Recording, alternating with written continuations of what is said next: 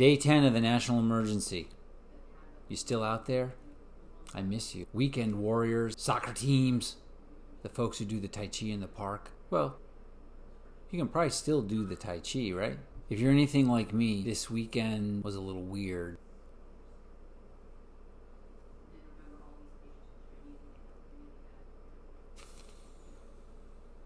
For a little historical perspective, I finished the book Volleyball in the Time of Cholera. Wow. Monday crowds are tough. The president keeps talking about this malaria drug as a solution. I guess if he owned stock in Campbell's Soup, we'd probably be hearing about chicken noodle. The medical oath is first do no harm, but in Congress, their oath seems to be sell. We wanted to see you this weekend, so some folks sent pictures. Let's see what was going on. Cousin Brenda sent us from Massachusetts. Wonderful, lovely day. There's cousin Stan.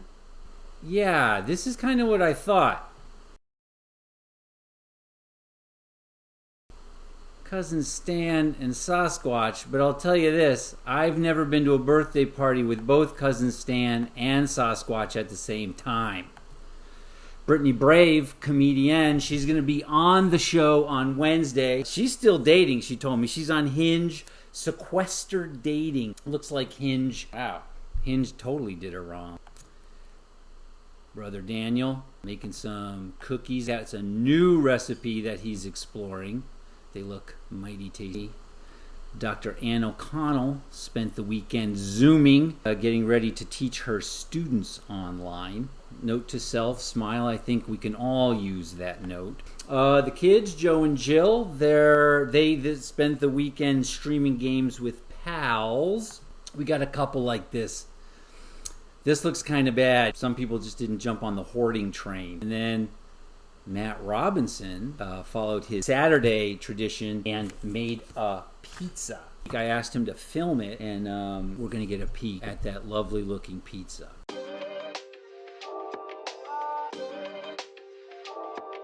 The winner of our 3 questions about Canada. This is Mitchell Kahn, ladies and gentlemen. It's your birthday. Happy birthday. We're having a party. Lovely. Reached out to the 9th Windmill, who is our tchotchke maker. Made for you. They are Moose branded coasters. The answer, the true answer was beaver. Oh. My answer was hockey. Oh, right. But I think somebody named Joe threw in the moose, and here we are. Well, there we are. Yeah, lovely moose. But the coasters are lovely, and I will cherish them as my favorite tchotchke. Because you're one of the few folks, you're not working from home, right? No, but actually it's working out pretty good because traffic has been very good lately. So no, food manufacturing, so we're essential.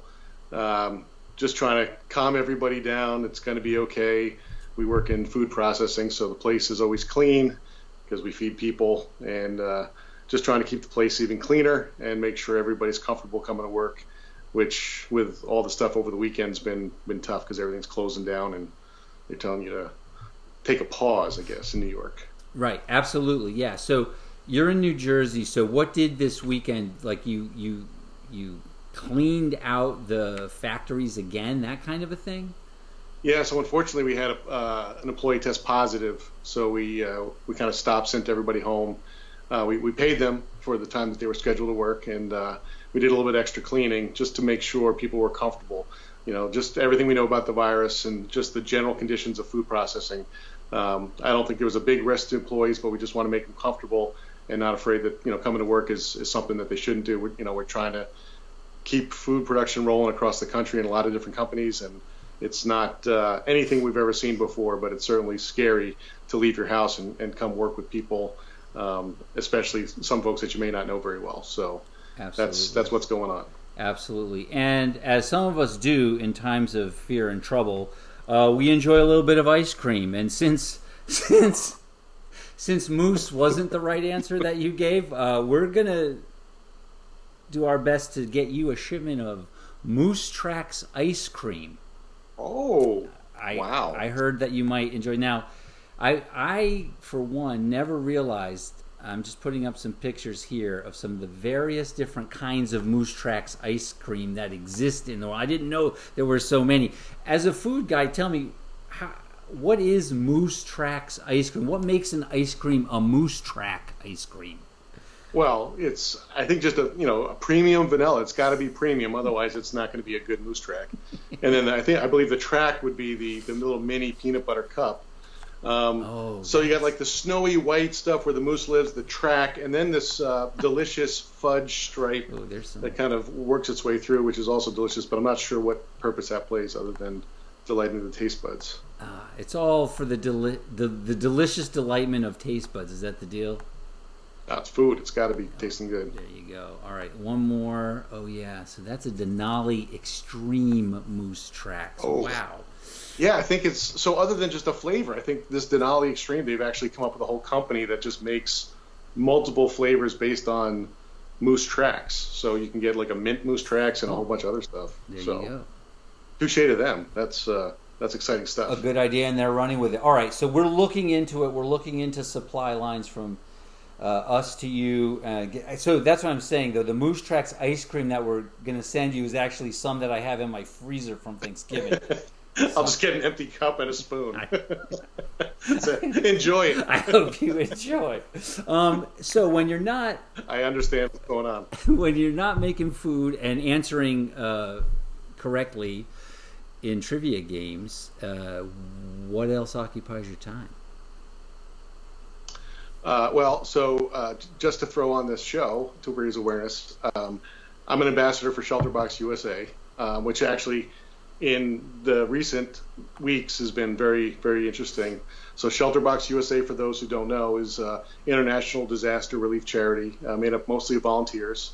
We provide life-saving tools and shelter to families all around the globe who are displaced due to some sort of crisis, either man-made or natural.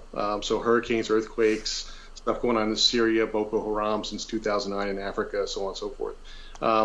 But because it's so important to get people this type of aid right after an earthquake, we are constantly raising money and awareness so that we can pre-deploy the stuff around the globe and try to get it to families who need it within 24 hours. Wow. We've got specially trained response team members that will get a call in the middle of the night, drop everything they're doing, get on a plane, go to some place where they've never been, and try to find people and get aid to them within 24 hours. So it's quite a bit of a unique organization. All these people are volunteers. We work with the Red Cross, UN, all kinds of different folks, but we can get boots on the ground within 24 hours, and we get aid to people who need it. And the goal is to raise money ahead of time and pre-deploy all this stuff so it's ready when people need it. And unfortunately, there's over 70 million people now that have been displaced due to one reason or another. 70 million, 1 out of 5 Americans live outside their home for long periods of time. And with all this coronavirus and stuff like that, living in refugee camps and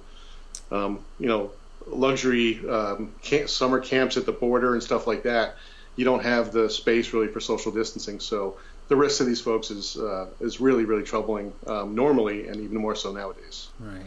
I'm going to put the link in the body of the Facebook and the YouTube, and then people will be able to donate. Appreciate it. All right, Mitchell Kahn, thank you very much. Happy birthday. Enjoy the partially eaten ice cream, and we'll get you those moose coasters. Big hugs. Yeah. Big hugs. All right. Love you, Mitch. Talk to you. Mitchell Kahn, do-gooder. That's what we need. We need more of that. Joe Farnsworth, amazing jazz drummer.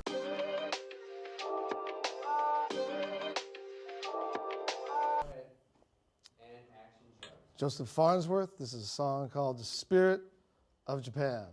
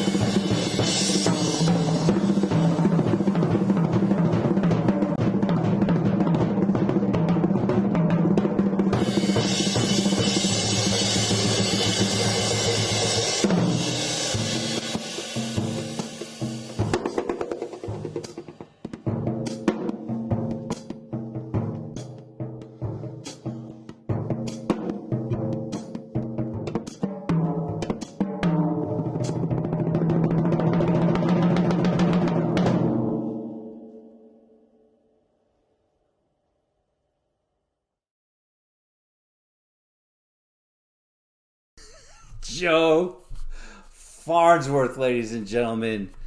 We'll see him again later this week. Now we're going to have Devin Bramble bring us home. Devin is one of the great New York City comedians.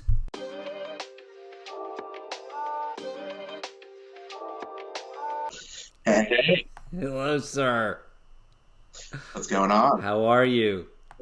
I'm doing great. How about you? Well, hanging in there for sure. It's like day 10 of the national emergency. Day 1, a national emergency is called.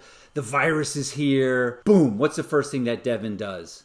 Day 1 was, I was like, am I going to, I pretty much like the day after it happened, I had a major theater show. And I was really, they were just going to give it a couple more days, but unfortunately not. There was a couple hundred tickets sold. What's going on? Comedy. People are trying a lot of new things. They're on Instagram. People have been doing more skits. Comedians always have their fingers in a bunch of different pies. So if you want to be doing online things, people are trying to pivot. Like locker room banter kind of a thing? You know what? I'm way better at comedian banter. I'm not good at locker room banter. I don't have dudes who are like, hey, go look at her. And I'm like, yeah, that dress is real cute. Like, that's more my... I don't have that avenue in me. But comedian banter is way worse. Like, that was another thing. Immediately, the virus hits, all this stuff goes on, and you immediately hit the group chats. Like, I have a bunch of chats with comedians, because they've always got jokes, and, you always need laughter to keep going through stuff. I mean, we've been pretty much 24/7 joking all the way through it, which definitely helps. It always helps. What's something that you don't miss? Like, I saw that you were talking about something, you ride the bus a lot. What's going on there? So I think there's something about it that's calming to me. I always have a notebook with me or a book. I read, I do podcasts, I answer emails. I love passive transportation, but it's definitely got its annoying elements. It's got people about it that'll kind of bug you. There's always a fringe etiquette when you have to give up your seat for someone else, right? Because like I always say, like a lot of the times, I don't want to give old people my seat on the bus because if they hadn't ruined the economy, I would be on the bus in the first place. They're like, I want your seat. And I'm like, I want Social Security. Well, I do. The goldfish, the snack goldfish, the anthem is goldfish, the snack that smiles back.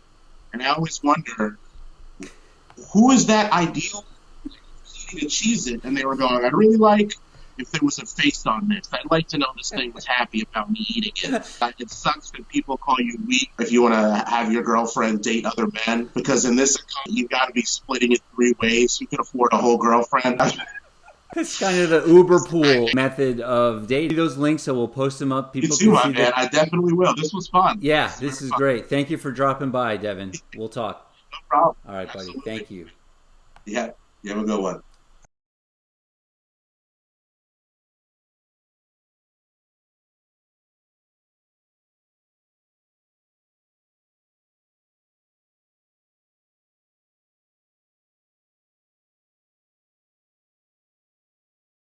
Sunday, I found out a friend of ours had contracted COVID-19 and is now in the hospital. So now my prayers and meditations go from general to specific. I can add a name. We're at the beginning of a very steep climb, and my intention with dispatches is for us to climb and go through it together. So, a little havening. You got to do it. We'll see you tomorrow.